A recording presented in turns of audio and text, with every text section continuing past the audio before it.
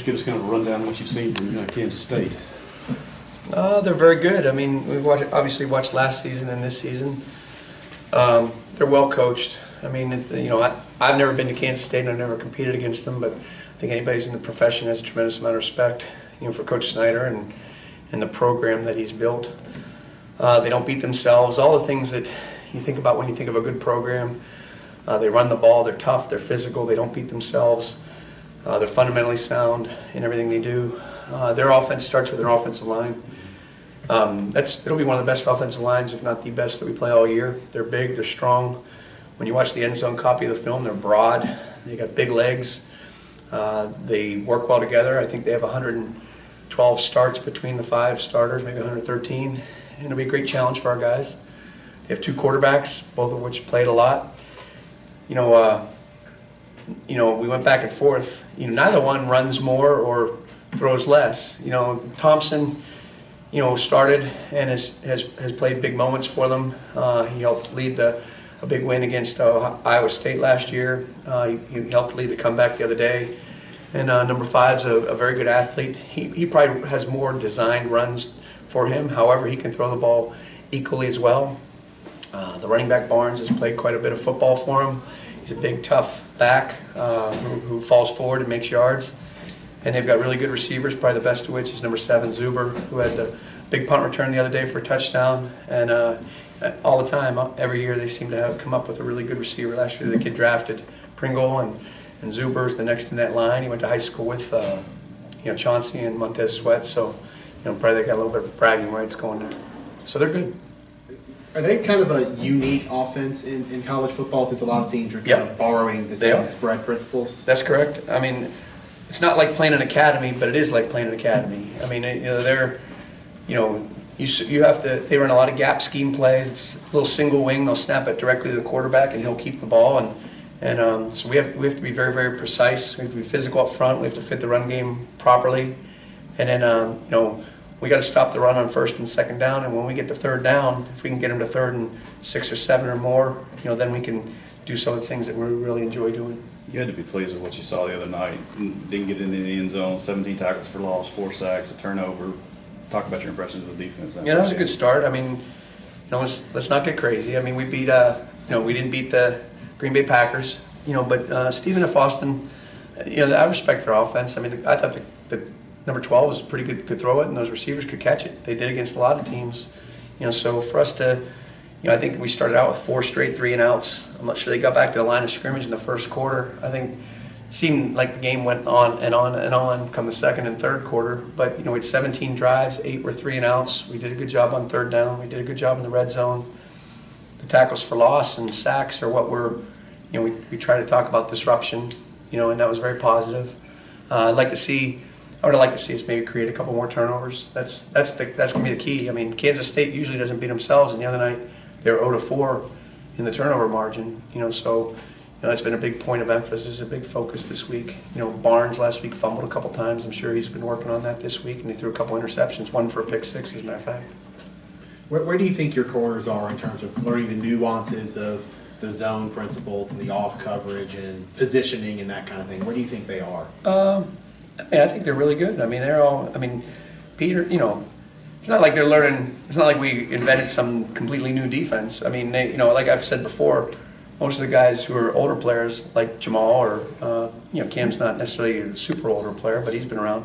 They've all had different defensive coordinators. Now, those guys have had Deshae and Buck coach them, and you're learning from really, really guys who know how to play the positions. That's been positive for them. But I think they're doing well. I think Cam had a big game the other day, 3 pass breakups or something.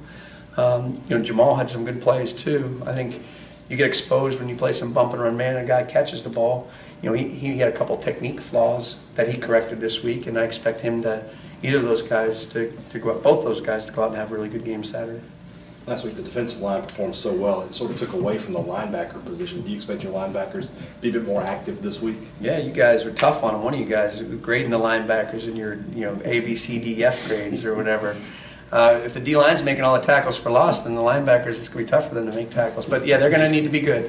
Their eyes are going to have to be in the right spot. They're going to have to read their keys. They're going to have to fit the right gaps. They're going to have to blitz properly. They're going to take good pass coverage drops. I'm very pleased. Errol, I think Errol's really been spot on, very solid, does a great job communicating, and I think Leo and Willie are right there too. They're doing a good job, and we're asking them to do a lot of things. And this week, based on what Kansas State does, there may be times that all three of those guys are in the game together, because they're going to be some bigger personnel groupings and things like that. We did a little bit of that the other day. We were pretty vanilla. We didn't show a lot of things. We really played one or two calls, but we'll have a little bit more in this week just in case we need it. Going back to Cam Dantzler, 3 pass breakups. Did you see a lot of that during camp? Were you surprised at all? No, not surprised, and did see a lot of it during camp. My expectations for Jamal and Cam are very high. Really high. I'm not. Everybody said, you could pick up an article the dynamic duo of Sweat and Simmons.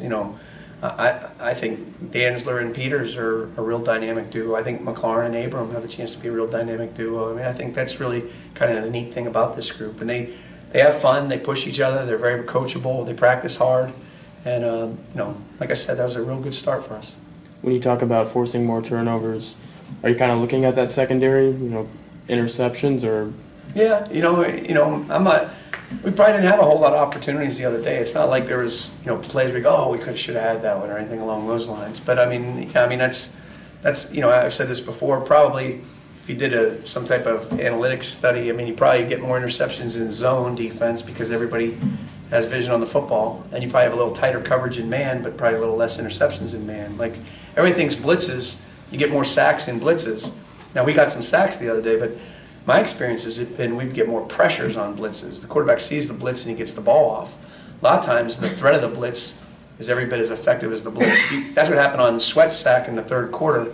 We threatened blitz, they altered their protection, and all of a sudden he's either one-on-one or we get the matchup we want, or whatever it is, and he ended up getting a real nice sack in the third quarter because of that. So sometimes, like I said, I think blitzes lead to more pressures and the ball gets thrown quickly and it's incomplete. Sometimes the threat of the blitz and dropping out into coverage, that's where you get some more sacks and things like that. As good as the D-line was last week, you have Corey Thomas back now. What's he going to bring to you this week? Depth. We need them all. These guys, this O-line we're playing is really good. And Braxton played good and Jeffrey played good last week too, so that was real positive. Braxton played as well as I've seen him play. And to get Corey back, Corey, he's so long and he's so big and, he does a great job tipping passes. He's got, I think we talked about this during camp, I think he's got, I don't think I've ever seen anybody, he's kind of got a unique ability to knock down passes. Dikembe Mutombo-ish almost out there. He really takes great pride in it. He may not be as dynamic a pass rusher as someone else, but he pushes the pocket back, stays in his lane, and when the ball's thrown, has a nice timing and gets his long arm up. You mentioned the possibility of putting 3 linebackers on the field at the same time. When's the last time you played a true 4-3? We played 10 snaps Saturday of true 4-3. So it all depends. The game's sort of changed.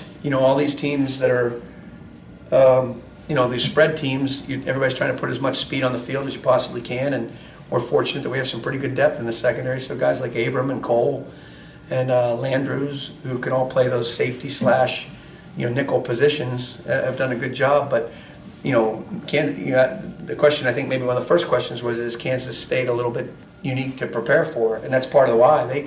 They provide several different personnel groupings. They're 2 backs, 1 tight end that we call 21 personnel, 1 back, 2 tight ends that we call 12 personnel. They do some things like that will require us to play tough in the run game. And if having 3 linebackers on the field is best for that situation, then we'll do that. And Willie and Leo are athletic enough to still play in space and cover and things like that. At Penn State and Vanderbilt, that was our base. We really did. At Tennessee, we weren't so much.